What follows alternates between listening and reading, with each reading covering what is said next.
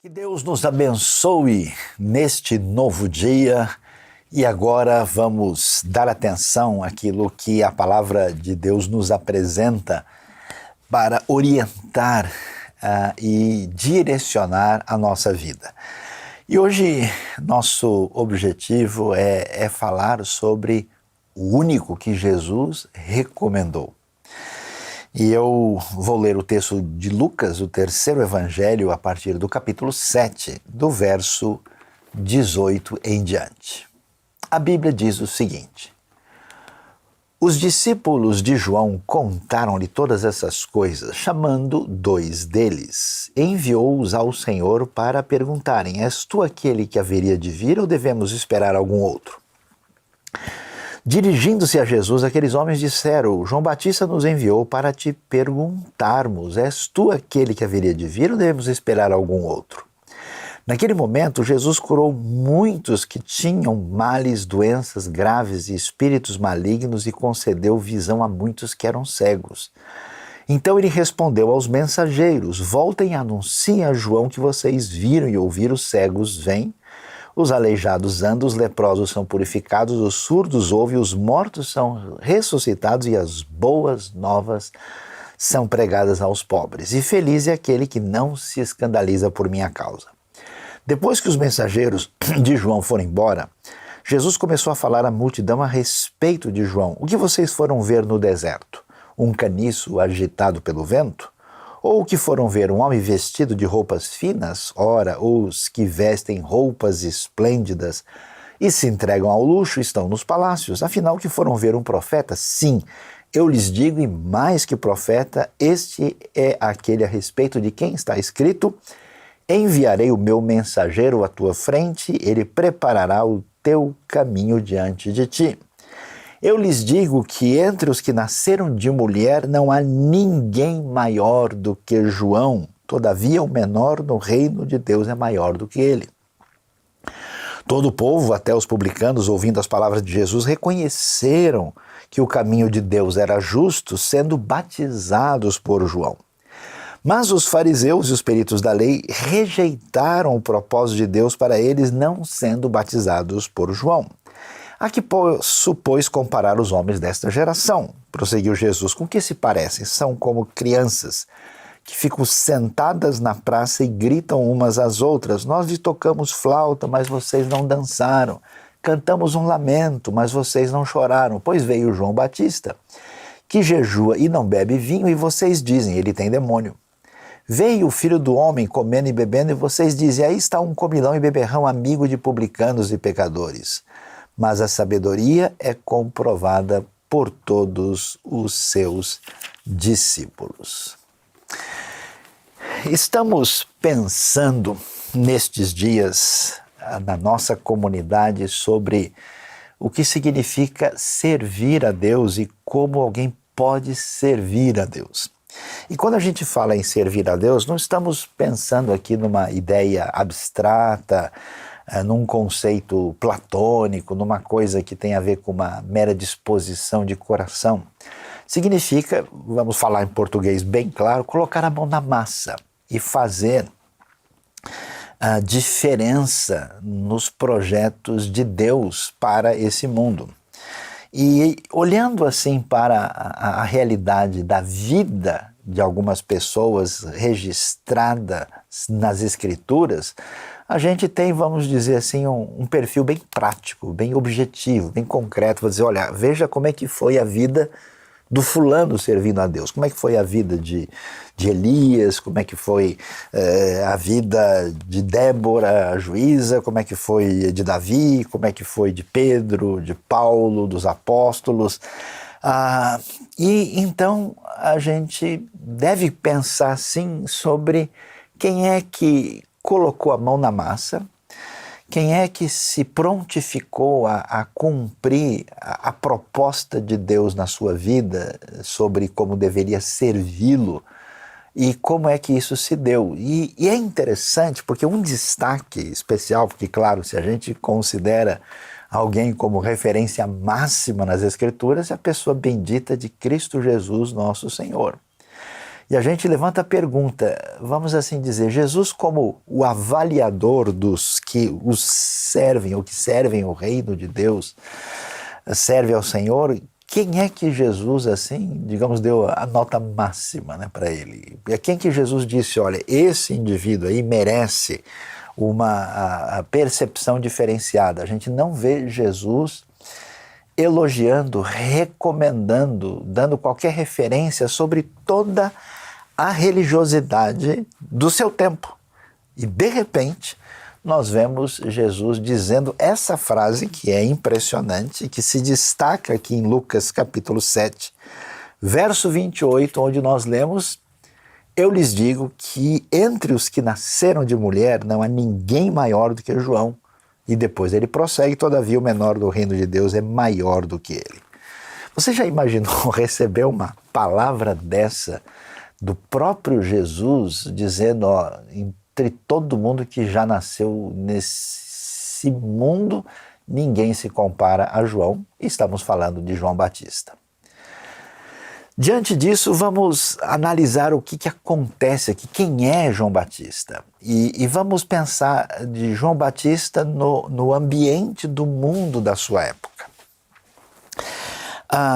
Na época de Jesus, né, João Batista nasce, conforme o registro de Lucas, ali logo no capítulo 1, ele vai ser 6 meses mais velho do que Jesus, né? Ele é primo de Jesus, né? E a mãe dele, conforme Lucas 1, versículo 5, é descendente de Arão, então ele tinha ali linhagem, né, sacerdotal. Nós temos lá a referência ao próprio Zacarias. E quando João, então, aparece ali nesse cenário, e é curioso porque a gente sabe que Jesus não nasceu na data do Natal, que é geralmente comemorado, 25 de dezembro, pelo menos na tradição da cristandade ocidental. Em outros lugares a data é diferente.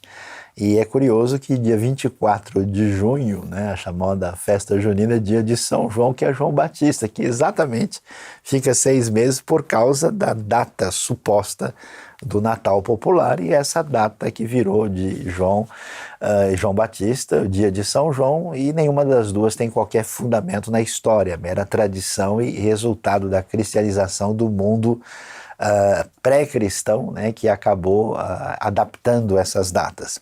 Mas, curiosidades à parte, o que a gente vai descobrir? Pensamos no tempo de João. O que está acontecendo? Em primeiro lugar, você tem assim um tempo de religiosidade extraordinária. É curioso isso. A gente pergunta o que alguém pode fazer no reino de Deus, ou no mundo religioso, no mundo da fé, e nada mais extraordinário do que aquela época, porque você tem o poderoso e extraordinário templo que foi construído por Herodes o Grande, né? E que faz de Jerusalém uma cidade diferenciada, faz de Jerusalém um centro de peregrinação, assim, muito mais, vamos dizer, cobiçado. E eu diria assim que a religiosidade está numa efervescência significativa. Não só por isso, mas porque o mundo romano trouxe uma estabilidade no mundo antigo.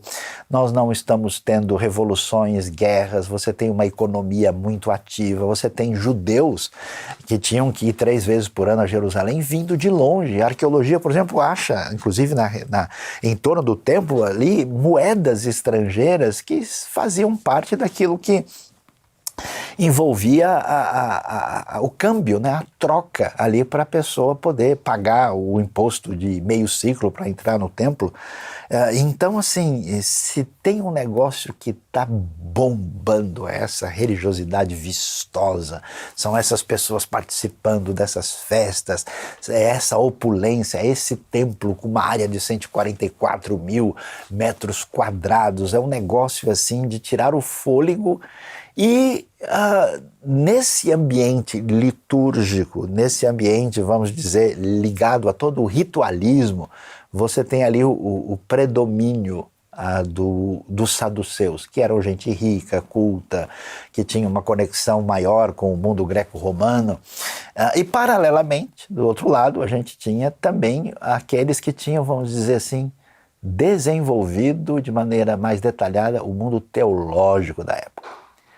Essa teologia estava presente no mundo dos fariseus, que lidavam com a questão, escuta, tem uma vontade divina revelada na lei, como é que essa vontade divina conversa com a tradição dos nossos sábios através dos séculos, como é que a gente faz para ir compilando essas coisas e como é que a gente coloca essa lei direitinho em prática. Então eles eram, assim, aqueles, né, seguidores da lei e de Deus nos mínimos detalhes, né? E eles tinham uma importância significativa, especialmente na direção e na condução do povo. Apesar desse cenário aparentemente promissor, né, que ainda era, vamos dizer, cercado de outras coisas do tipo um grupo de revoltosos que tinha inspiração religiosa, que queria tirar os romanos do poder a qualquer custo, como era o caso dos zelotes.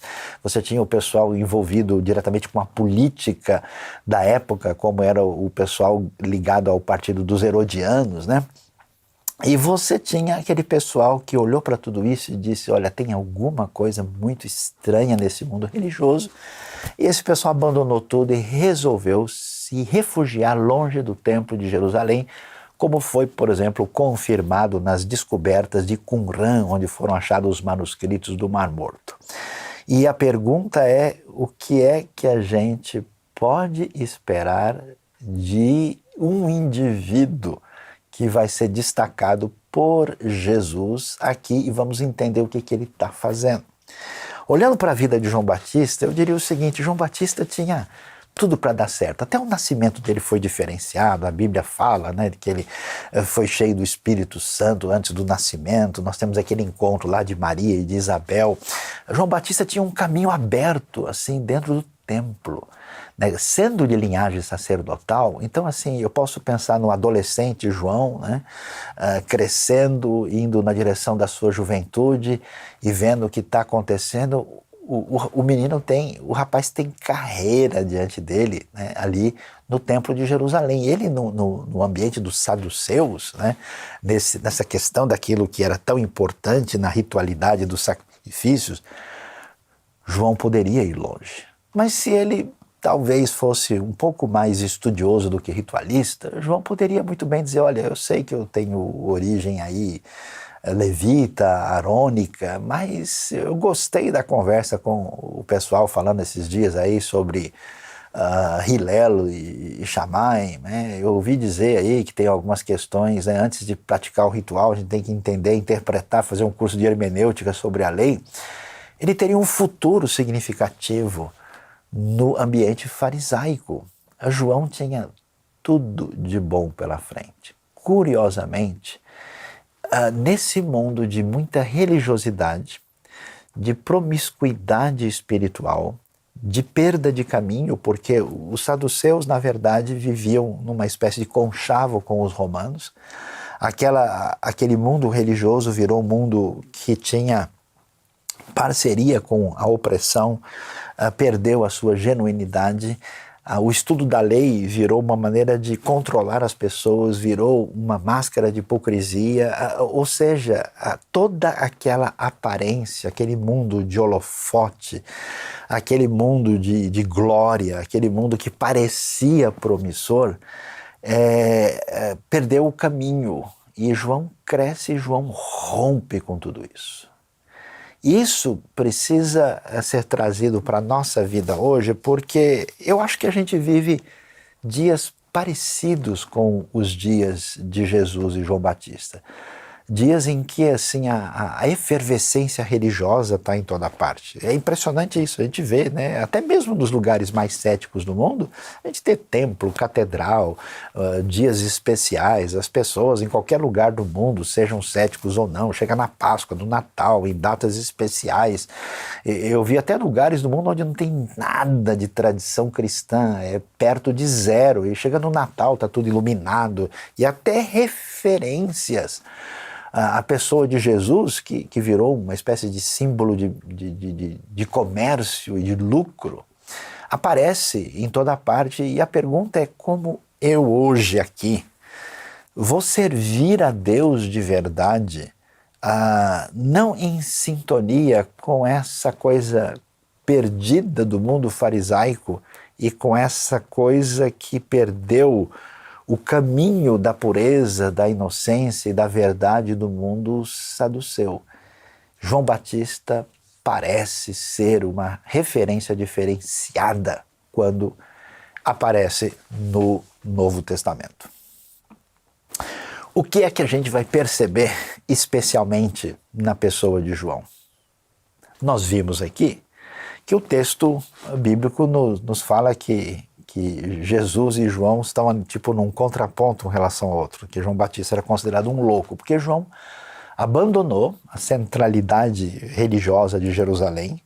João deixou de lado os possíveis privilégios ou proposta que poderia vir para ele nesse ambiente, e João vai para o deserto e ele se apresenta como alguém especialmente direcionado por Deus para anunciar aquilo sobre o que todo mundo está falando. Porque no meio desse momento vamos dizer, de glória, de restauração do povo judeu que tinha estado tanto tempo aí sob opressão estrangeira e que tinha conseguido aí uma certa liberdade durante um certo tempo na época dos Macabeus, durante aquele período chamado período Asmoneu, agora, né, surge aquela coisa, será que não está chegando o momento do Messias aparecer? E esse Messias é visto claramente como um líder libertador, uma espécie de guerreiro, uma espécie de realidade que evoca, né, a glória dos tempos davídicos, especialmente com uma proposta política e militar. E aí surge um indivíduo completamente louco nesse cenário. Um cara que vai viver no deserto, um indivíduo que a Bíblia diz que vai se alimentar de gafanhoto e mel silvestre. Existe uma discussão sobre se o gafanhoto é gafanhoto, provavelmente sim, apesar da tentativa de livrar o João Batista dessa dieta tão estranha. E ele vai se vestir com pele de camelo, né? Inclusive muitas pessoas falam, não, João Batista talvez fosse lá um sujeito da comunidade de Qumran, talvez ele fosse uma espécie de essênio, né? Que é um termo utilizado para os judeus que foram para o deserto.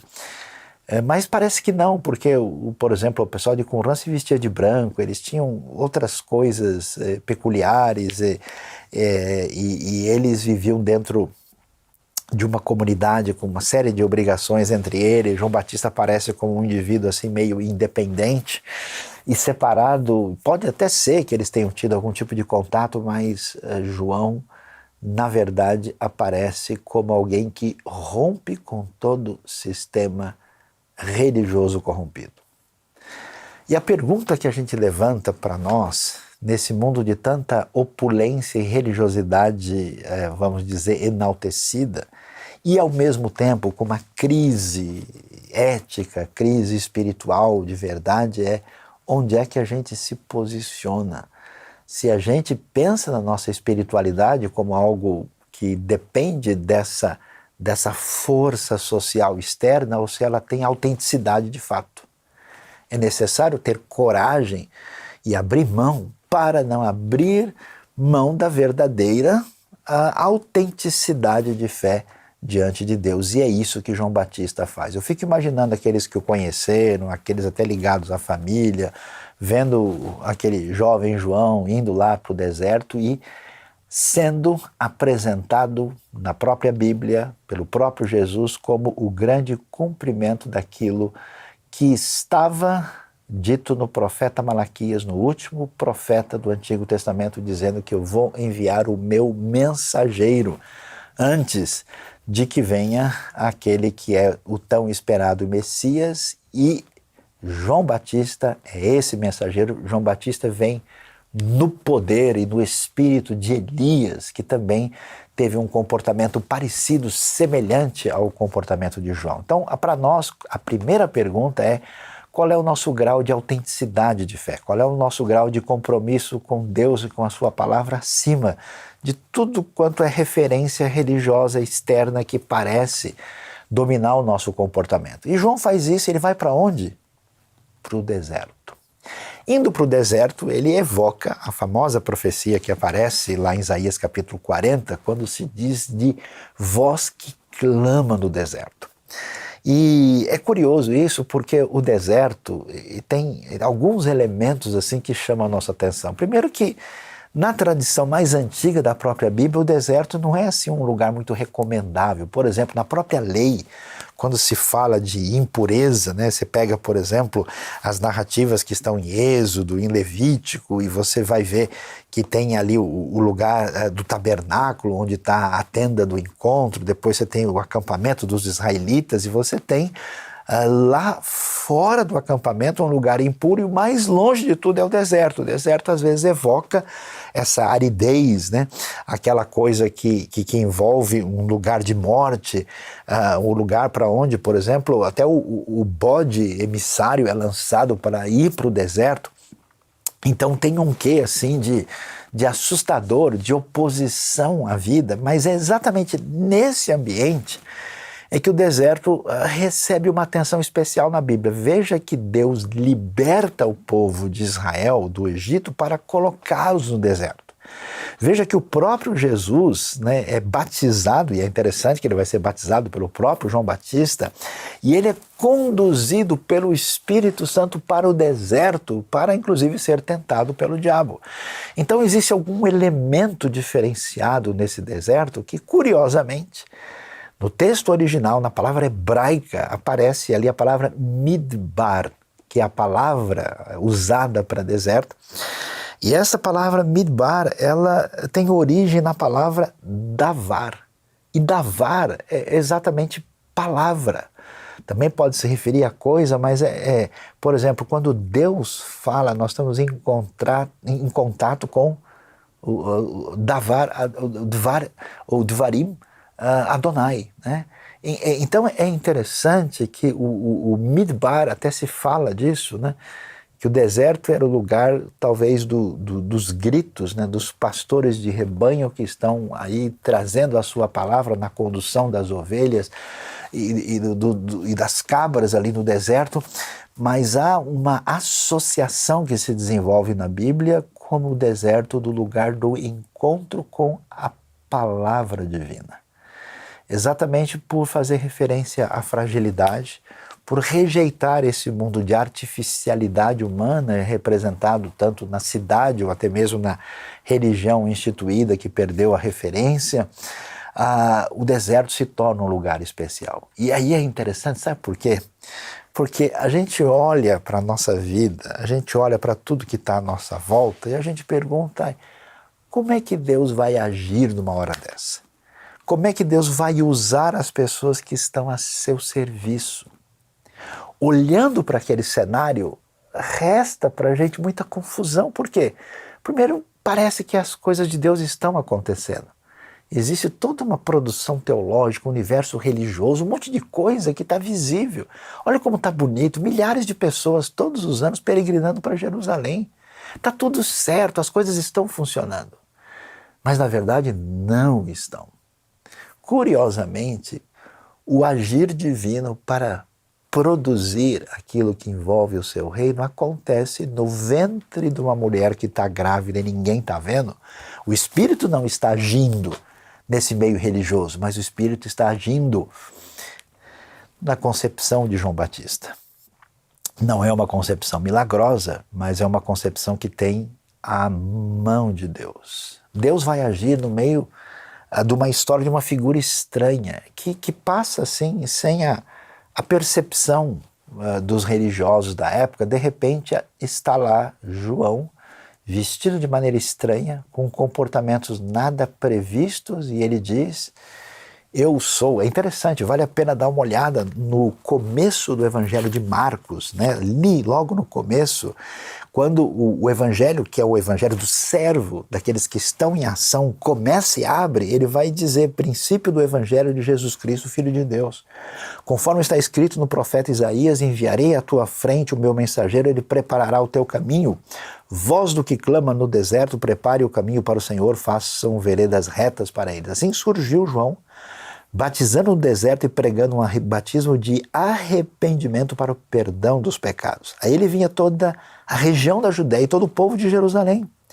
Confessando os seus pecados, eram batizados por ele no Rio Jordão. João vestia roupas feitas de pelos de camelo, usava um cinto de couro e comia gafanhotos e mel silvestre. E esta era a sua mensagem: depois de mim vem alguém mais poderoso do que eu, tanto que não sou digno nem de curvar-me e desamarrar as correias das suas sandálias. Eu os batizo com água, mas ele os batizará com o Espírito Santo.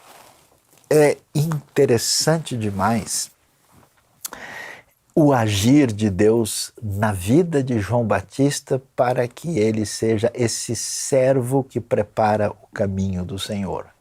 João tem um comportamento inusitado e isso é algo que a gente precisa pensar na nossa vida, no nosso compromisso de servir a Deus. Eu conheço tanta gente cujo pensamento, cuja ideia está ligada, não, eu preciso ver como é que fica com isso, com aquilo, eu preciso prestar a devida homenagem à instituição A, B ou C. A primeira pergunta é como é que isso tem a ver com a minha vida na minha relação com Deus.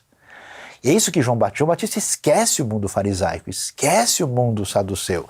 E ele vai para o deserto fazer aquilo que Deus deseja nesse ambiente de perceber a sua fragilidade, a sua limitação, de buscar a Deus na plena sinceridade, acompanhando inclusive um contingente de judeus, como a gente vê em Qumran, ou que talvez fossem genericamente percebidos aí como essênios, dessas pessoas que tinham visto o caminho da teologia, da religião, da prática da fé, perder a referência.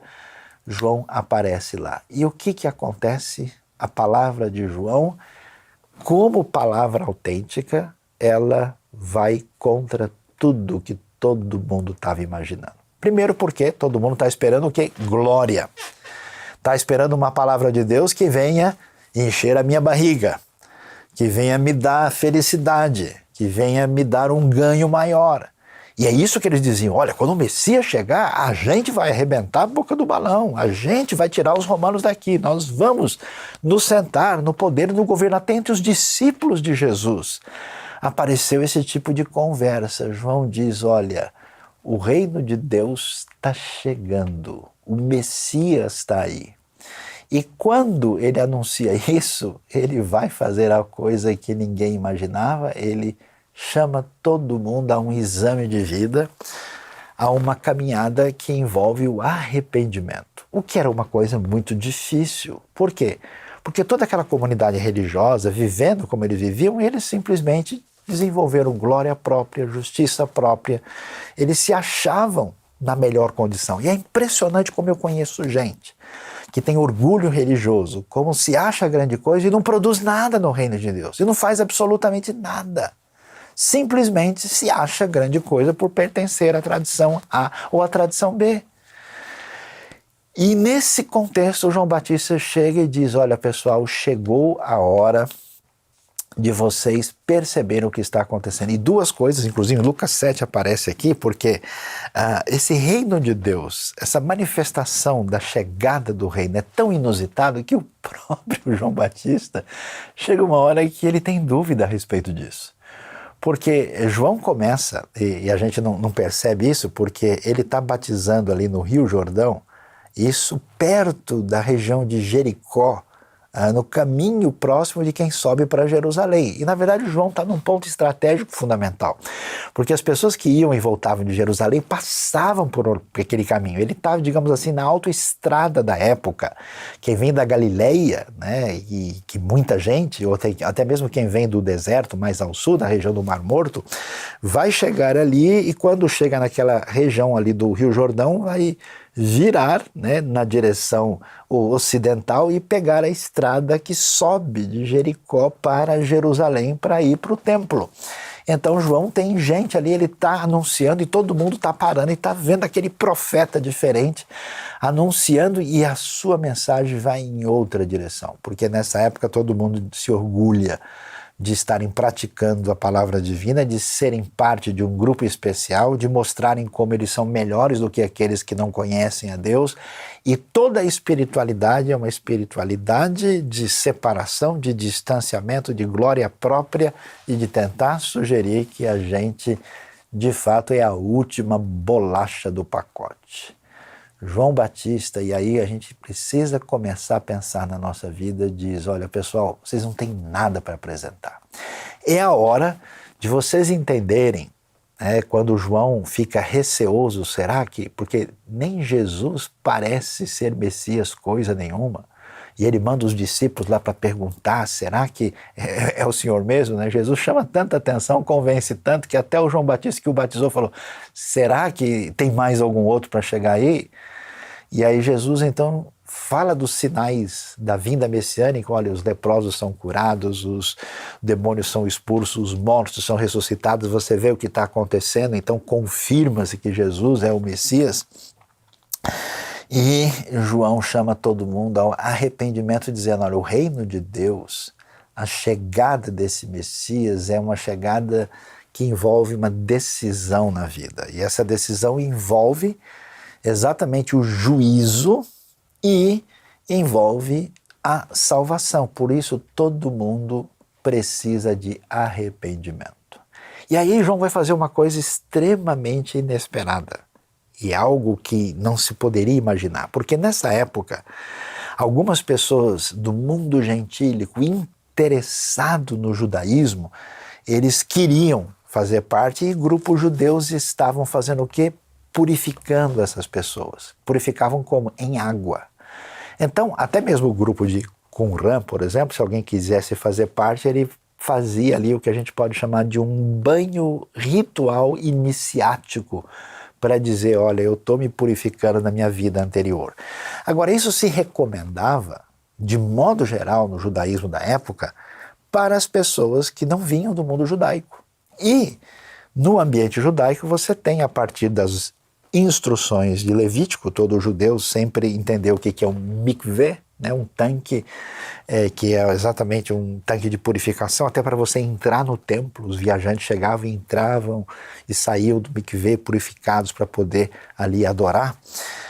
Mas essa ideia de que você precisa ter um banho que é símbolo do seu arrependimento, do reconhecimento dos seus pecados, porque o reino chegou, você dizer isso para pessoas desse mundo do holofote religioso era muito para a cabeça. E é curioso que João chama tanto a atenção que o próprio pessoal de Jerusalém, até mesmo os fariseus, como o texto diz, os peritos da lei, eles iam lá ver o que estava acontecendo, mas eles se recusavam a dizer: nós precisamos de arrependimento, nós precisamos resolver a situação diante de Deus dos nossos pecados. Então, a mensagem do reino é uma mensagem que nos disponibiliza para servir a Deus, mas ela começa com essa atitude de destruição da glória própria, de ponto final na nossa justiça, de parar de achar que o problema do mundo é o domínio romano, o problema do mundo é o Herodes, o problema do mundo são religiosos, o problema do mundo jaz dentro de mim, na minha vida, que eu preciso resolver diante de Deus com arrependimento. É tão impressionante como tanta gente, na hora de articular sua relação com Deus, fica prestando atenção a tanta coisa à sua volta, menos em si mesmo na sua relação com Deus. E eles são chamados a fazer isso. Então você imagina só, e a cabeça desses religiosos, porque nessa mensagem, e eu acho interessante porque a gente nunca poderia imaginar uma coisa dessa, quando João está fazendo isso, o texto nos diz que todo o povo, até os publicanos, os ricos cobradores de impostos desonestos, ouvindo as palavras de Jesus, reconheceram que o caminho de Deus era justo, sendo batizados por João, mas os fariseus e os peritos da lei rejeitaram o propósito de Deus para eles e eles não foram batizados por João. E isso então fica para a nossa vida em termos de autenticidade na nossa relação com Deus, que tem a ver com arrependimento, com uma postura de assumir a fé nessa genuinidade para servir a Deus de verdade. E não é algo que apenas envolve o início da nossa vida, mas a continuidade da nossa caminhada na fé.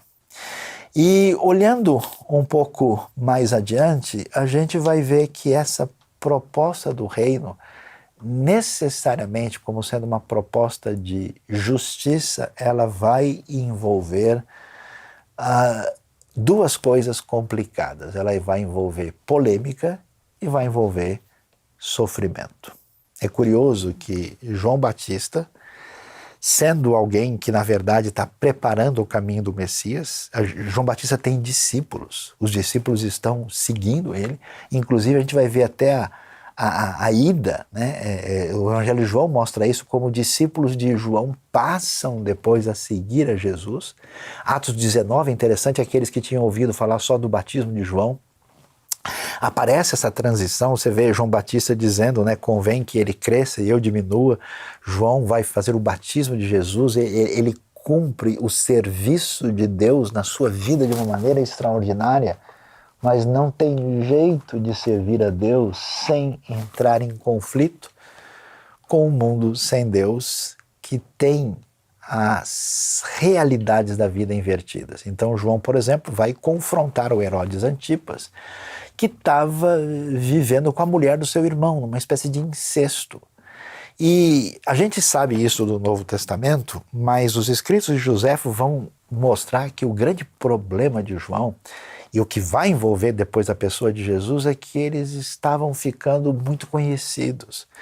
Eles estavam sendo, digamos assim, muito populares, estavam de alguma maneira interferindo no plano que tinha a ver com esse domínio político e religioso que ameaçava o poder dessas pessoas. Por isso, é algo que a gente precisa perceber, porque a religiosidade não verdadeira, a religiosidade do templo cheio de gente vazio de espiritualidade, a religiosidade legalista que transforma a vontade divina em glória própria, a religiosidade que se opõe ao reino de Deus, ela na verdade ela é domesticada pelos donos do poder.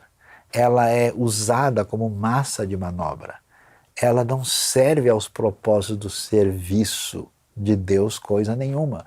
Por isso a proclamação do Evangelho, a confrontação sobre toda postura política, não importa do que tipo que seja, condenável.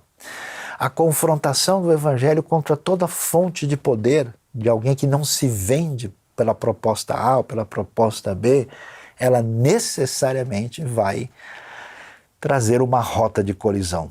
Por isso que tanto João Batista como Jesus serão confrontados, rejeitados, questionados por aqueles que tinham o poder político e religioso daquela época. E a pergunta para a gente é: em que nível de compromisso eu tenho com Deus e com a sua palavra que está acima de toda e qualquer proposta, ainda que isso seja bastante custoso e difícil para mim?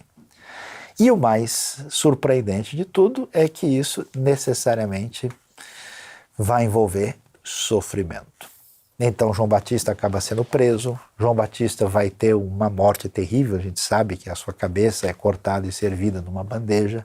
O próprio Jesus vai morrer crucificado numa espécie de conluio com a participação de religiosos de Jerusalém e com o domínio romano, que tinha receio de qualquer um que aparecesse como rei dos judeus, mas o texto bíblico vai deixar claro para a gente como o propósito de Deus, o que envolvia o serviço a Deus, que estava proposto na vida de João Batista, era aquilo que de fato teve lugar e teve realidade e marca a vida e a história daquele que foi o único religioso da época do Novo Testamento referendado por Jesus. Jesus nunca diz, olha, os zelotes estão num caminho maravilhoso. Jesus nunca disse, olha, a galera que está lá refugiada no deserto esperando o fim do mundo, esse pessoal é o máximo. Inclusive tem textos que mostram que Jesus está indiretamente criticando aquele tipo de comportamento. Jesus nunca deu qualquer espaço para a religiosidade pagã, que eram como gentios que ficam repetindo a mesma coisa sem entender o que estão dizendo. Jesus nunca assinou embaixo do comportamento dos fariseus nem dos saduceus, mas João Batista é o único que, de fato, recebe a recomendação completa de Jesus, e isso deve chamar a nossa atenção. Eu fico bastante impactado pela vida de João Batista, até porque nunca em minha vida encontrei ninguém querendo dizer algo do tipo, puxa, meu sonho é ser João Batista. Ah, eu queria ser o apóstolo Paulo. Eu queria ser, né? Até as crianças aprendem, né? Eu pulo como o rei Davi, né? Eu cresço como o rei Davi, mas eu cresço como João Batista, né? Eu quero ser como Elias, descer fogo do céu. Eu quero ser como o apóstolo Paulo, né? Eu quero ser como um grande homem ou mulher de Deus, mas em toda minha vida cristã e ministerial, nunca encontrei uma pessoa dizendo, olha, Deus revelou no meu coração, mexeu comigo, dizendo, olha, o caminho para você é o de João Batista. E a pergunta para nós é, por que será que um indivíduo mais extraordinário, que abre esse início do reino de Deus, e aqueles que vêm depois, porque recebem esse reino na sua plenitude, num certo sentido, serão superiores a João, por que João não chama tanto a nossa atenção como deveria? João Batista cumpre o propósito de Deus para a sua vida, João Batista serve a Deus de verdade, e João Batista coloca um cheque-mate para a gente, do jeitinho que a gente vê Jesus falando aqui em Lucas capítulo 7, quando nós lemos que Jesus diz, escuta, vale a pena prestar atenção no holofote? Será que o templo de Jerusalém brilha tanto assim? As discussões dos fariseus são tão importantes intelectualmente. O que mexe com a gente? O que nos deixa deslumbrados? Jesus diz, ó, vocês já prestaram atenção? Como esse pessoal pretensamente religioso que está aguardando esse reino de Deus em cima da justiça deles e que se acham o máximo e que estão esperando um reino político, militar para que eles tenham domínio e mais poder. Vocês não repararam que veio o João Batista jejuando, sem beber vinho, e ele diz, esse cara é endemoniado, esse cara é louco, olha o que ele está fazendo. Veio Jesus, que está comendo, bebendo e tendo uma vida social com todo mundo, e o pessoal diz, ó, tá vendo? Esse cara aí é amigo dos publicanos, dos pecadores, esse indivíduo aí, ele não presta.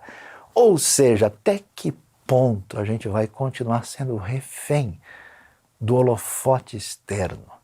Até que ponto a sua espiritualidade depende do grito dos fariseus, dos saduceus, dos homens do deserto, dos zelotes, dos herodianos, e não do que Deus tem para a sua vida? Então o convite para você hoje é um convite de autenticidade, para receber a unção de João Batista, né?